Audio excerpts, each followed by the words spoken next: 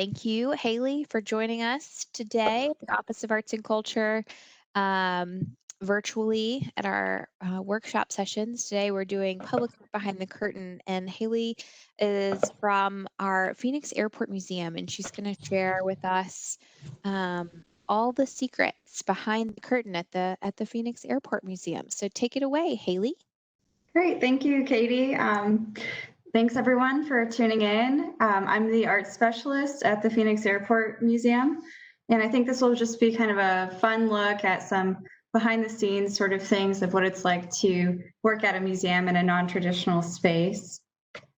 And I just want to start off by saying that while this is called Public Art Behind the Curtain, the Phoenix Airport Museum is not a division of public art. We're actually under the City of Phoenix and then the Aviation Department and Public Relations Department within that.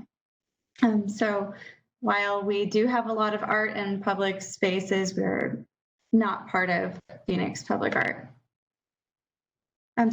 For those of you who aren't familiar, the Phoenix Airport Museum is one of the oldest and largest airport art programs in the country.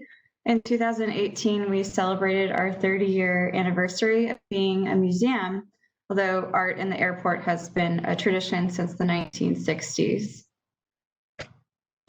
So I'd just like to start off with this little video overview that we produced last year.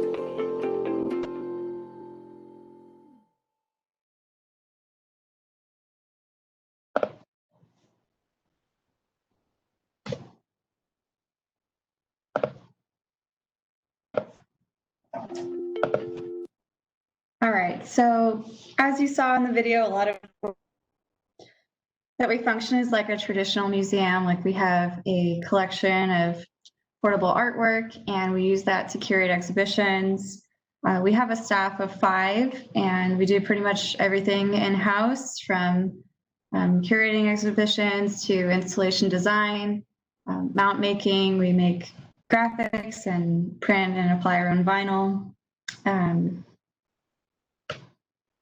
So one thing that makes us very different from a traditional museum is that we have more than 40 exhibit spaces. And so we like to say that the Phoenix Airport, the airport is a museum. Yeah. So I think a lot of people are familiar with our Terminal 4 gallery, and that is one of our rotating exhibition spaces. Exhibitions last anywhere from 6 to 12 months, and we also use our collection to curate, but we also borrow artwork from artists as well.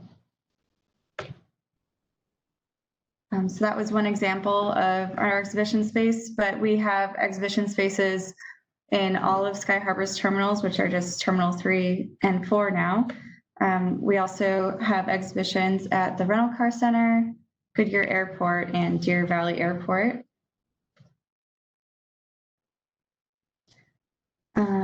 So like I mentioned, like most museums, we have a collection. Our collection is more than 900 works in varying medium, like paintings, prints, sculpture, ceramics, fiber arts. And we use this collection to curate exhibitions in our spaces. And like most museums, not all of our artwork is on display at any given time. Only about 5% is on display. Our collection also has architecturally integrated work or public art. And this is an example of that. And also you saw in the video, that's why we say the museum is above, below, inside, and outside, because we have artist designed floors, installations, ceilings, and things of that nature.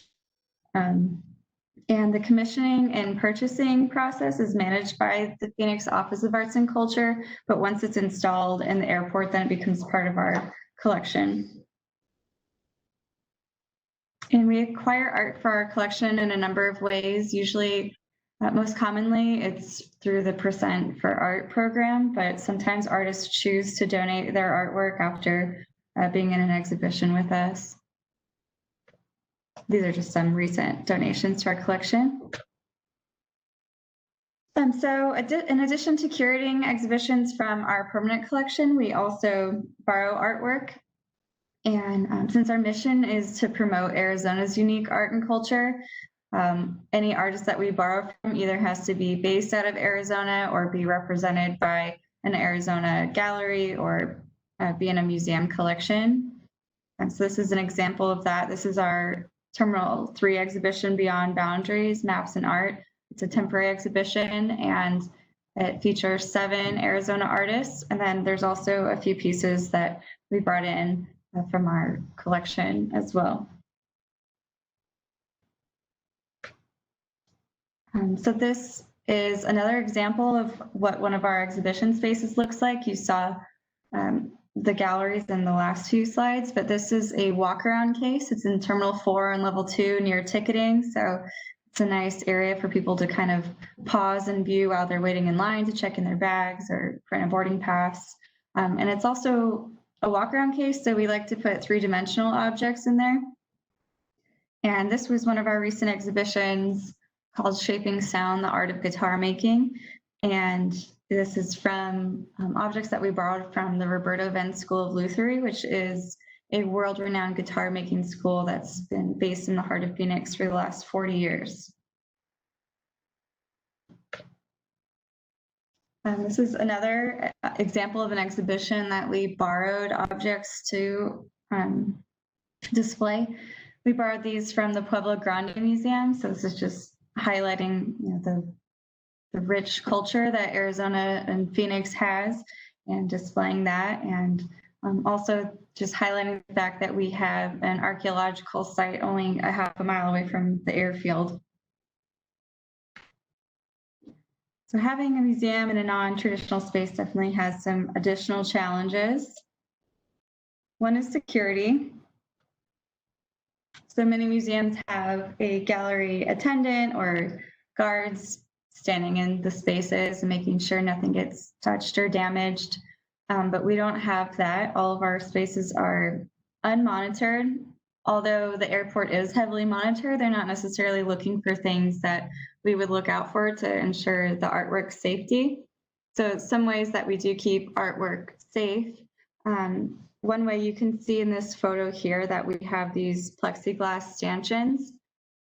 So there are these metal stands and plexi slides into them, and that way we can kind of corral a space and keep people away from areas that we don't want them getting too close to. We also put plexi over some of paintings that are unframed, and this just prevents any sneezing or touching or vandalism or theft. And we also put locking hardware on the backs of any of the two-dimensional objects on the wall so that it can't actually be physically lifted from the wall without a special tool. We also put our three-dimensional objects in vitrines. And the vitrines have this anti-theft security screws on them. So each one has a special kind of bit to unscrew it. So that's some way that we keep our objects safe. There's also a lot of visual competition at the airport. It's full of directional signage and advertisements. We actually have a design standard through the airport that none of the vendors can have any sort of signage or obstructions to our case within 24 inches, just to kind of give our spaces that breathing room and differentiate artwork from signage. And sometimes we have to remind vendors of that. Another big challenge that we have is transportation. So our warehouse is located off-site, which stores our collection. And anytime that we curate an exhibition from our collection, we have to pack the artwork safely enough to travel several miles to the airport. So that can just be another hurdle. But also just having large artwork in the airport and navigating around the signage and people can also be quite a challenge. So we typically have several people carrying a large piece of artwork, and then several people just running interference ahead of the people carrying it and behind, just to ensure anyone traveling who's just got their eyes on their phone doesn't run into any artwork or someone's luggage going rogue and running into artwork. So we just kind of clear a path through the terminal when traveling with artwork. But in the case of, I was going to say, sometimes artwork is too large to fit in an elevator. So in this instance, we had to carry this one down the stairs. But in the case of Donald Lipsky's Aviators, the sculpture to even fit on a truck to come through the parking structure. So what happened is the installers had to wait for the last flight to leave, and then the parking structure was shut down so that these could be pulled up on a custom rig up 3 levels of the parking structure. And Katie's got a video of that she's going to show right here.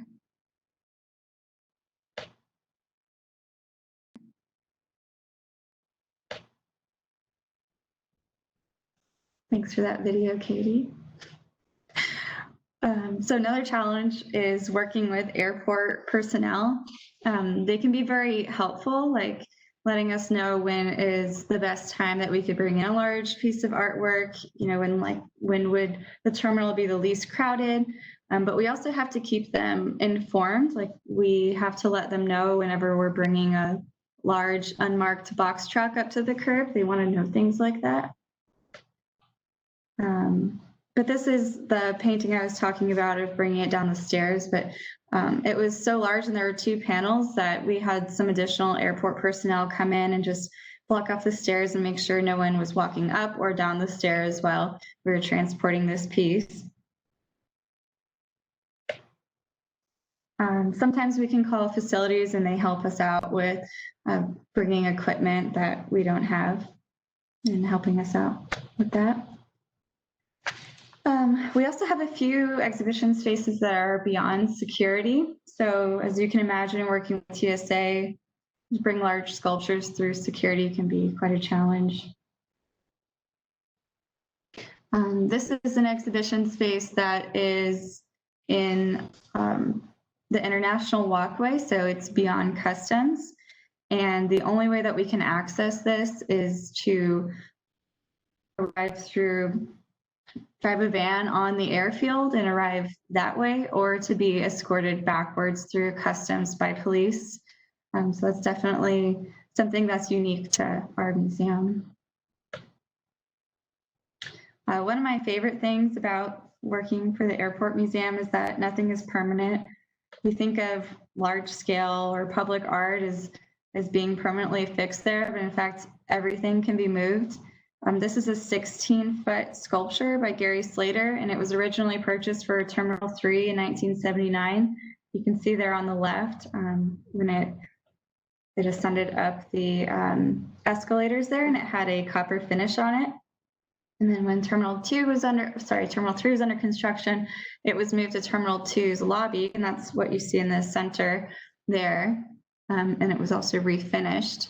And then when Terminal 2 closed, which it closed in February of 2020, then we moved it outside. So it was refinished again by Gary Slater and moved to the Terminal 3 Sculpture Garden, which is on the west end.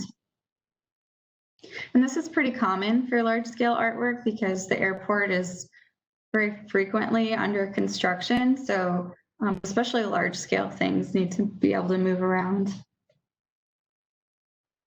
One of our upcoming challenges is the Phoenix by Paul Coase. This mural was commissioned for the opening of Terminal 2 in 1962, and it's a 75-foot wide mural. So each panel, there's 3 panels, each are 25 feet, and that will be actually removed since Terminal 2 has closed, and it will move to the rental car center in the near future here.